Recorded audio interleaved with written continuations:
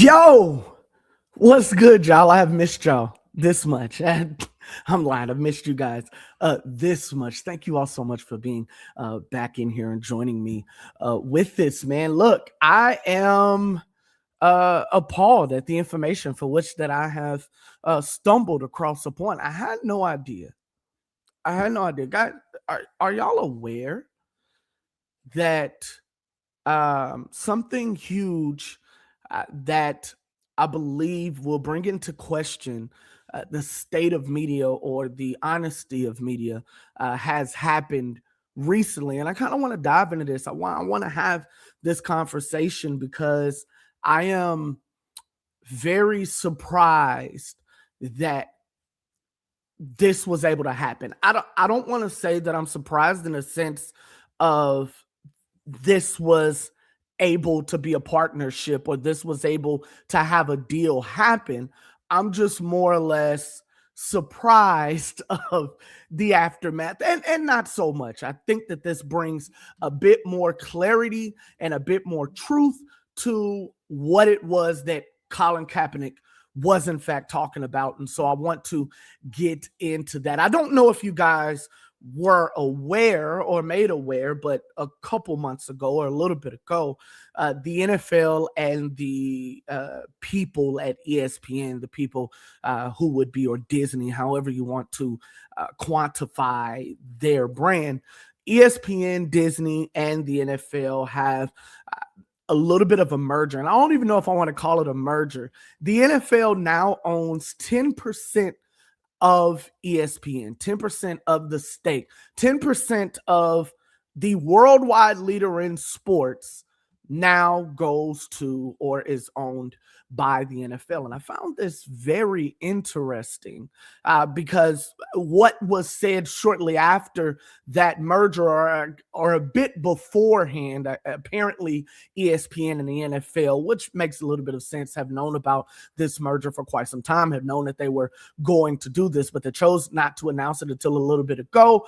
And they had some things that they had to take care of, mainly being stopping the Colin Kaepernick documentary from hitting the airwaves or from being seen, at least by ESPN. Now, if you go and you research these things or you look it up, no one is really saying that the NFL said for them not to make this documentary or for them not to go through in this episodic series or this episodic saga, but it's pretty obvious. And I say it's pretty obvious because not only did the series get nixed before the merger, if you will, happened, but the director of said series in Spike Lee couldn't even speak on why or what was given to the reason as to why they couldn't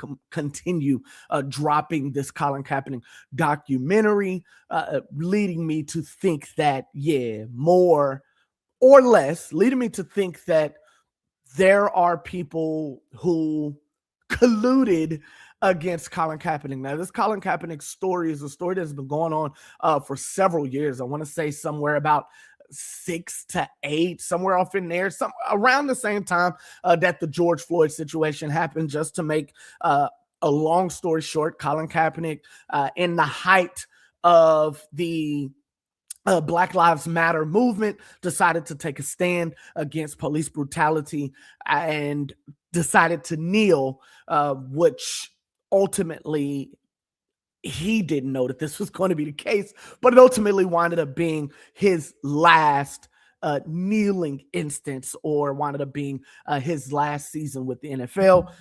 The story goes, Mr. Colin Kaepernick has fought numerous times to try and get back into the NFL, to the point where he took it to court, and the NFL essentially settled in the collusion case, not in the way for which he wanted it to be settled. Colin Kaepernick to this day still feels that he can play on an NFL roster, seeing some of these people kind of, I believe Colin Kaepernick could at least do a better job than Aaron Rodgers, but that's not the case. Colin Kaepernick to this day still feels as if he can make an NFL roster. And for those years, however long that has been, has constantly been trying to. Every time that something comes up, his name gets to swirling in these situations and in these categories because he, along with a lot of other people, feel that he can still play and that he was wrongfully colluded against. I don't know if you could wrongfully collude, but wrongfully colluded against to where he no longer has a job in the NFL. And his story, which a lot of people still want to know about his journey and the ins and outs and actually hearing from the horse's mouth in this, his journey was had been documented and was about to drop until this situation happened. At least that's what the pieces that people are putting together. And I just want to pose the specific or I just want to impose this question or kind of seeing is if the media, the media are supposed to be free speaking, if we're supposed to speak objectively, you guys trust that we bring stories with a sense of objectivism that you can say, you know what, they don't have a dog in this race, but at least they're giving me the appropriate information or the proper information so that I can make my own decisions and kind of figure out where I lie on this side of that. I love media, particularly entertainment media, sports media.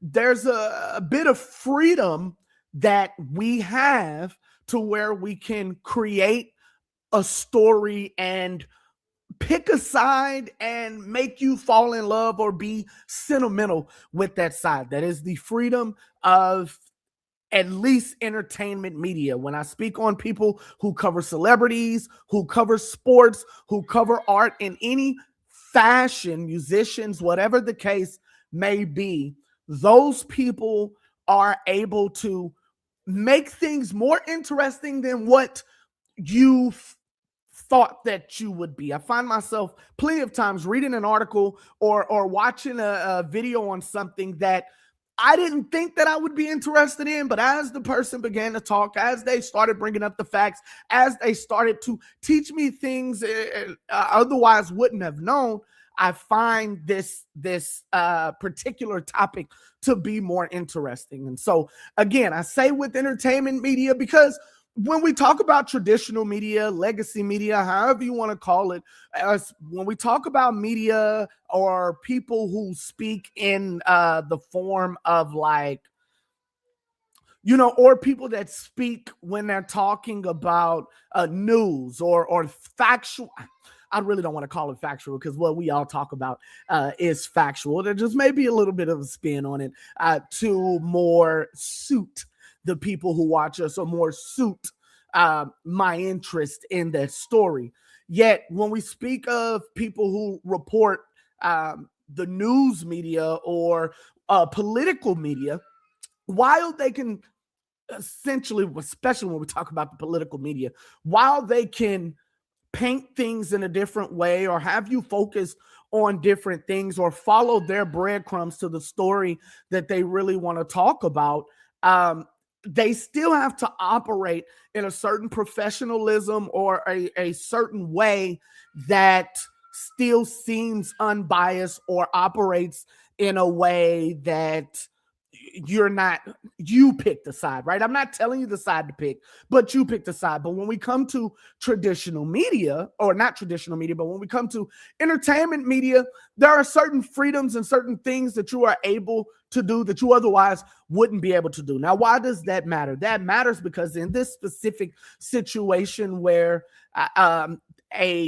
entity that has several stains on its name, but a huge one, particularly a lot of people like to say the institution is racist or that it doesn't give a fair shake to those of color that it would otherwise. And people are going to say, oh, here we go with that again. But that's the reason why certain rules are in place. When you think about the Rooney Rule, where they have to not just interview the candidates that are up, but interview candidates of color, right? They have put those out there because there were things happening that didn't quite line up. There were things happening that made you wonder if everything was fair, if the NFL actually moved in the same timeline that society moved. And everybody knows that when you're dealing with these big corporations and you're dealing with these big entities, there's always going to be a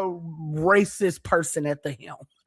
There's always going to be somebody that didn't quite get the memo about what was going on. And so in this case, there are certain rules in place specifically with the NFL. I know that there are rules in other places as well, the workforce and different things like that. But there are different rules set in place to where it becomes fair for everyone involved, no matter your race, creed, or background. And that's really the what everyone hopes America to be. But when we speak of the NFL and this merger that they had with ESPN, which whom we expect in ESPN to report and give a fair shake to everybody. I mean, 95% of the people that they cover are of color, right? So you would think that in all of their Black History Month specials and in all of their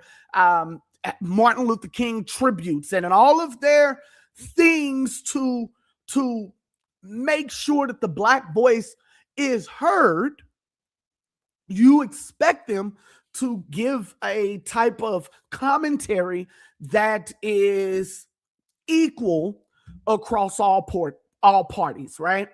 Even down to telling stories. They have the 30 for 30 series where they go through and they really dive in and tell the stories behind these great sports eras or these great sports moments. And oftentimes, depending on how old the story is, they then dig deep and tell you about the struggles and the hardships and the things that went on in between this sports era or this sports story going on, a lot of the racial tension or what have you. They are very good at putting that towards the forefront. And to continue on the Colin Kaepernick side of this, ESPN is one of the ones who truly pushed that story forward. They were the ones that were at the practices, the non-traditional or non-sanctioned NFL practices for Colin Kaepernick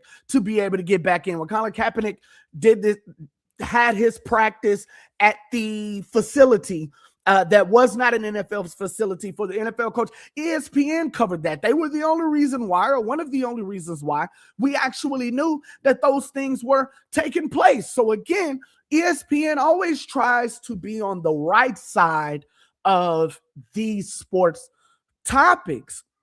But when we speak on new media, or when we speak on entertainment media or sports media, though there are stories that have to be built, and you put special people in those places in order to build those stories, in order to have an idea. A lot of people like to talk about content creation, right? And we talk about pieces. You want to talk about your engagement, right? Engagement doesn't happen unless the media or unless the person that is pushing the story speaks on or creates something that is engaging enough for you to pause and for you to pay attention to. Okay. And these are the things that ESPN, especially shows like First Take, is built upon, right? Think about the most asinine, absurd topic that you can come up with, and we're going to put that on television to debate about. Not for nothing other than to get views, not for a real reason of coming up with a specific outcome that people were really wondering about. No, I'm going to say this and piss people off so that people are speaking on it. And otherwise, if I tell you that Michael Jordan is the greatest player that I have ever seen or played against, you're not going to fight that. You don't care. You're going to scroll past and be like, yeah, of course. But if I tell you that it's closer than we think, that LeBron is actually the GOAT, then at that point, you're going to stop and be like, oh, what is he saying? Oh, what does he say? Oh, no, no, no. I'm going to say what I want to say in this moment to be able to disprove what he is speaking on. Again, media's job is just to get people to talk. And when we talk about ESPN, they do a very good job at bringing voices like mine to life. And they do a very good job when we are speaking on racial issues, trying to have that when it happens in sports at the forefront. Now, we know that they've had their issues, right? When we speak of Jamel Hill and Michael Smith, the straightforward or unapologetically blackness that they had ultimately cost them one of the best gigs in sports entertainment when we speak on hosting a sports center. Okay. But we all know how the story goes. They got too black. They spoke out against certain things that Trump was doing. And this was the height of the Trump administration, or just as it was really getting off.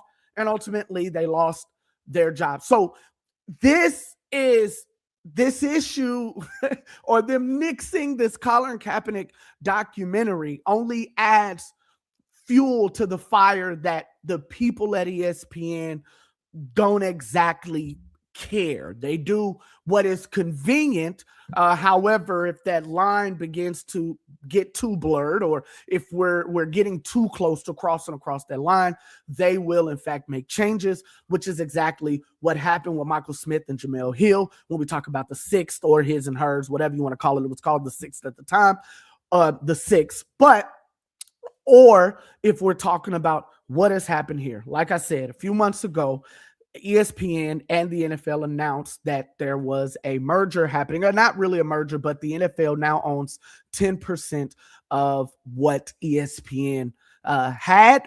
So it's owned by ESPN is now Disney's and the NFL's. And on top of that, prior to that, ESPN had said that they were counseling the Colin Kaepernick mini series or mini doc, however you want to call it, the episodic saga.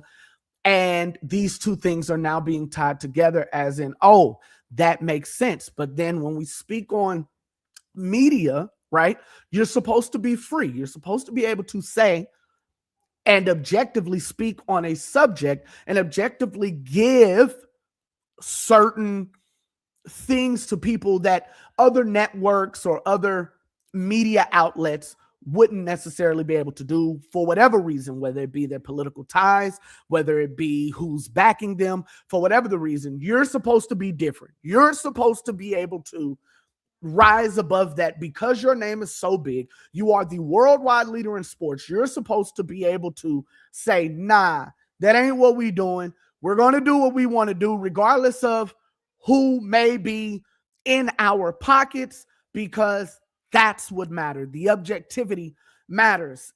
When Disney bought ESPN, a lot of people thought that they were going to be a bit more family friendly. A lot of people thought that ESPN was going to lose a bit of its edge, and they didn't have much edge to speak of. But one of the things that I found out, or one of the things, if you continue to watch ESPN in that moment, you found out that they got a little bit more edgy as guidelines on the FCC started to change. They were a bit more free with their speech, with what they were covering, with how they showed up to work, with things that they were able to put publicly. They were a lot more free when Disney bought them a few years back. So with this, you were like, okay, the NFL does it, but ESPN gets to speak its own stories. ESPN is still its own entity. ESPN is still 90% ESPN's, or Disney, however you want to say that. But it is, right? So, yeah, you got 10%, but you really don't get to run anything around here. But it looks like that they do. And rightfully so. If I was the NFL and I was purchasing a product, I would make sure that you don't say anything or paint me in a light that could otherwise make me look like we're not all the way doing the things that we are supposed to do. And I now have say now. And you being the worldwide leader in sports, we're giving you our networks. You get to own NFL Network now. However, and you get to all the votes, all those 30, those can't call them hardwood classics. That's for the NBA, but all those classic NFL games and NFL vault and all of this stuff that you do for the NFL can now be broadcast on our station. We now have a station that already does that, but now you get the royalties. You get the money behind that. However, one thing that you are not able to do, while we know we have our own stings, while we know that we have our own skeletons in the closet, one of the things that I'm not going to do now that I'm on staff is I'm not going to allow you to speak illy against the Shield, right? Because the Shield is bigger than everything. The Shield stands for justice for all, not really for all, but for some. And now that we have our hand in this pot, right? Because I mean, think about it. Think about it. The NFL is would have to be the largest American sports league, right? Bigger than the MLB, although traditional sports fans would probably say otherwise, but it is the NFL. Nobody's watching the Major League Baseball. Now, they make hella money, right?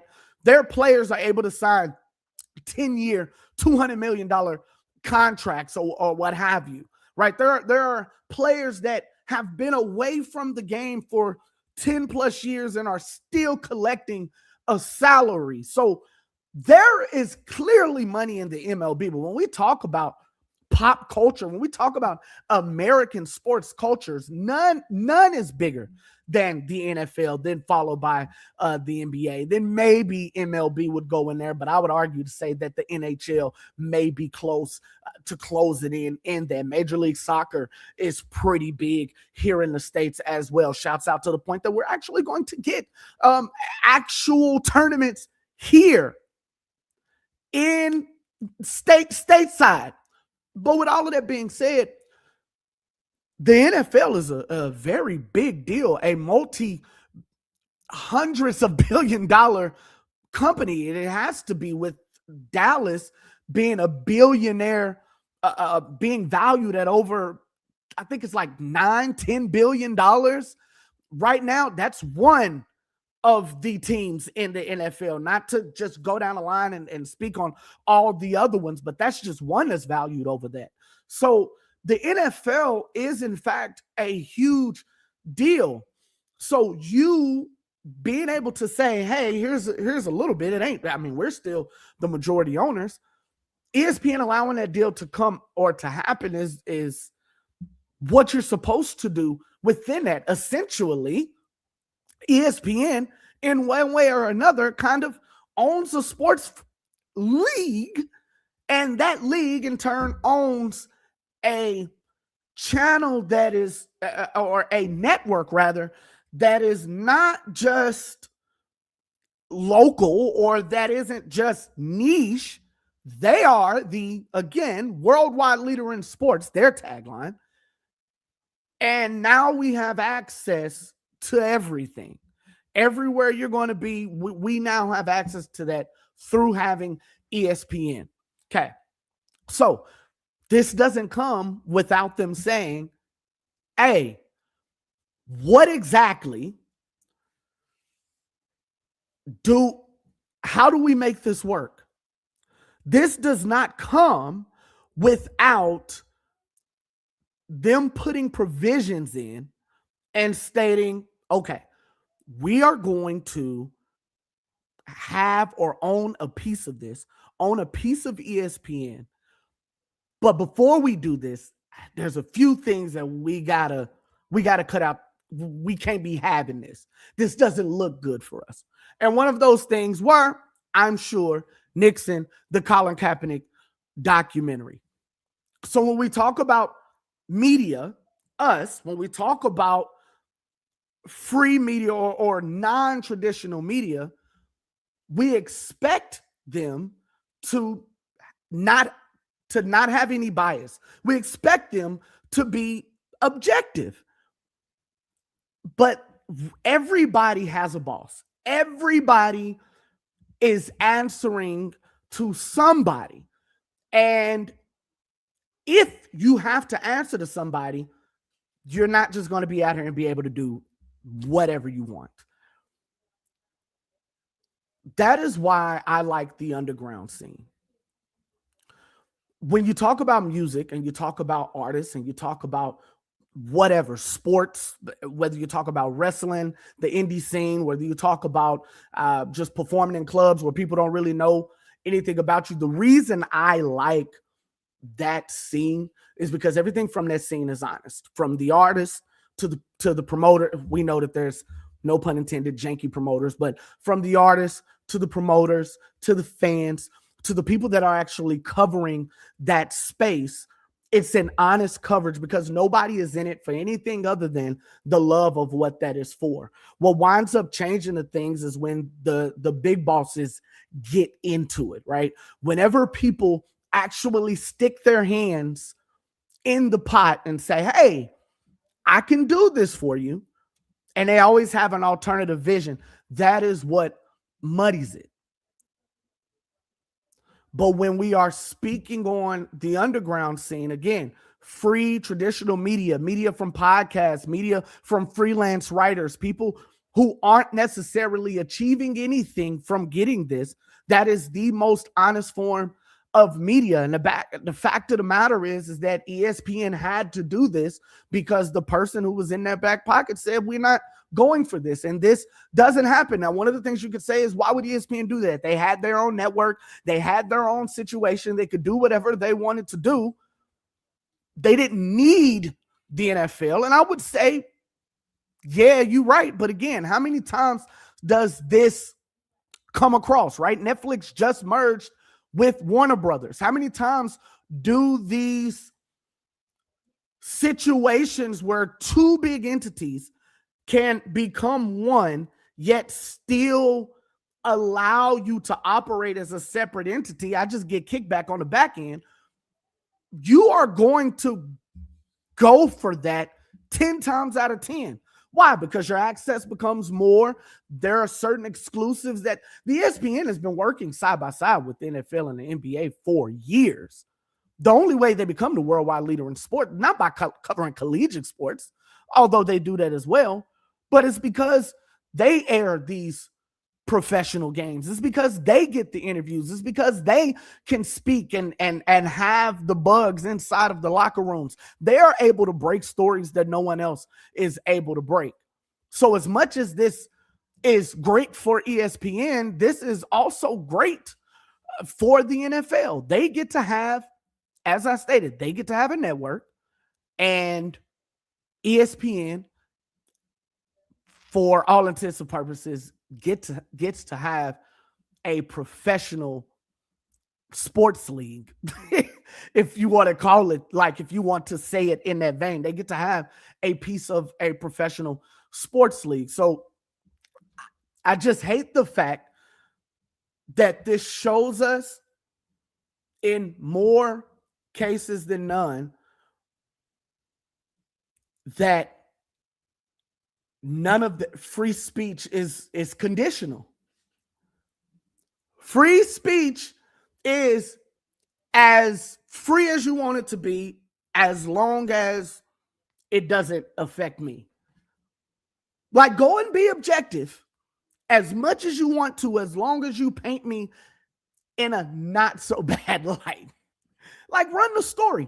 When we got picked up with God's House of Hip Hop, one of the things that I loved about it was, and I got to admit, I was nervous in the beginning when we got picked up, because one of the things that people loved about us was that we did not bend to the machine, that no matter what it may have cost us, we were willing to tell the truth and tell it objectively. And so when we got picked up by God's House of Hip Hop, shouts out to MC Nice. When we got picked up by God's House of Hip Hop, you can ask my brother, was super nervous about what was going to happen, especially because I knew that MC Nice was an artist. And I knew that at some point we would be asked to cover things that they had going on. And I have to admit, I was not a fan, or I didn't understand. But you had two things, and my brother has always said this: are you going to report or be for the fan? Or are you going to report or be for the artists or those that are in your back pocket? And one of the things that I didn't ever want to lose sight of was that I was once that fan, and I depended upon everybody that I got my information from to be honest, to be true, to be telling from a non-objective standpoint, and to give me the real. So that's one of the things that I wanted to do. And when I had a conversation with the owner of with the owner of God's House of Hip Hop, MC Nice, he was like, hey, when you do this, I want you to be honest, 100%.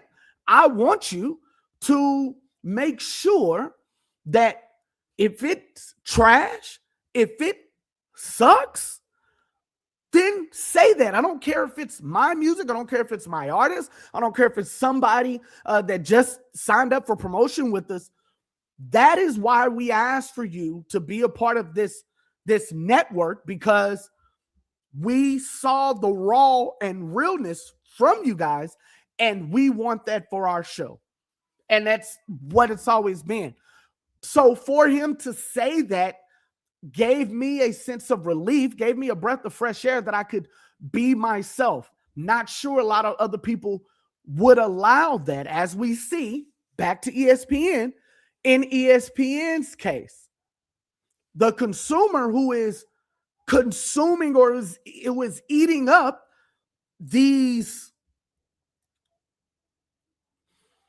information that you are providing to us, we expect that we are getting this information with everything laid out, with knowing every side of this, so that when we choose a side, we have the most information that is available for us to make the most informed decision on what side of these topics that we want to be on.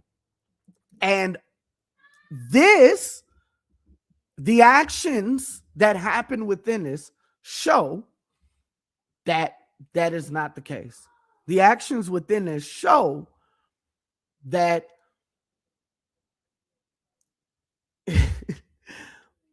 it's never going to be fully the truth. Like, it's never going to be fully transparent. When a rapper first starts out, let's just say they're a drill rapper, they're a drill artist. They're speaking on real life situations, real life things that are happening to them, maybe even real life things that they have done. But a lot of times what happens is when they get the record deal, oh yeah, you can still talk about it, but you can't move in that fashion. You can't have those certain people around you anymore, because now that affects our bottom line. Now that affects our dollar. So yeah, talk about it. Hey, but we don't need all that. That's the point. That they have that control. They're able to do that. So the same thing goes on with media. You know, when you think about these NBA players and how a lot of them, or some of them, come from real struggle, right?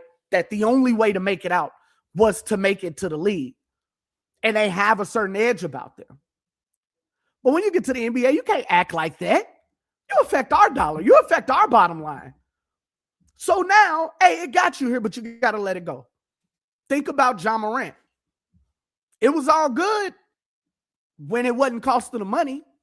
Now that it's costing the NBA money, now that it's costing the Memphis Grizzlies money, now it's a problem. Now he's the problem child. Now we don't have any tolerance for that.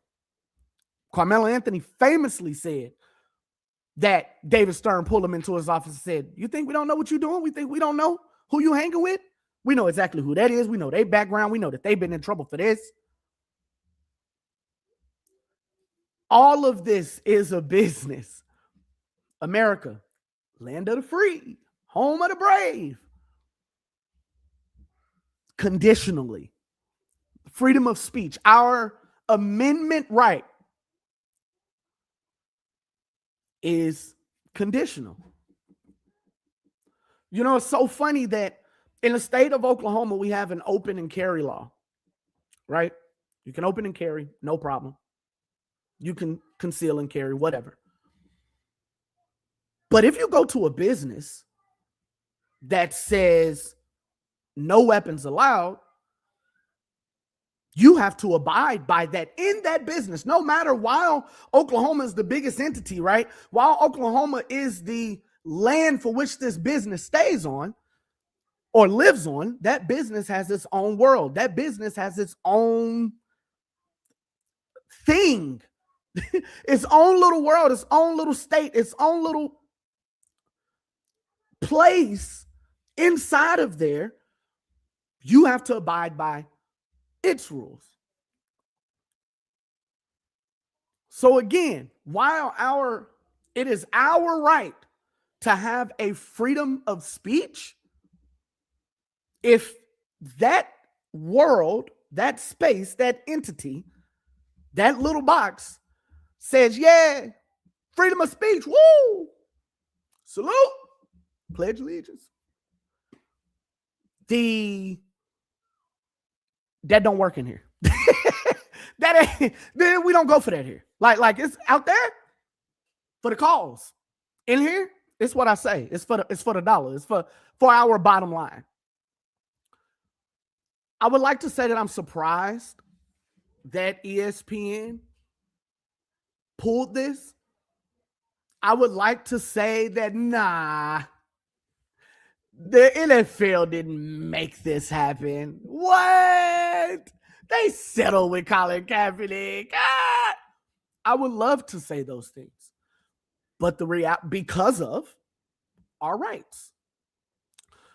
But the reality of it is, this is always, unless the only time these things change is when the public outcry is so loud, and even then, that doesn't change anything. Think about what's happening in Minnesota. Okay. I would love, because of our rights, to say that that wasn't the case of everything that went on. But the fact of the matter is our rights are conditional. And there's no changing it, man. What do you all think, man? Let me know. Put it in the comments. I would like to know what you all think about the situation. Did y'all even know that the NFL owned 10% of ESPN? And what exactly is that going to look like? What will that turn into? And does this threaten freedom of speech, freedom of press? That's the real threatening. That we're threatening two things here: freedom of press and freedom of speech. We're threatening both of those by this one situation, or at least that's my theory. Let me know what you all think, man. Put it in the comments. Y'all already know what it is, man, and I'm out of here.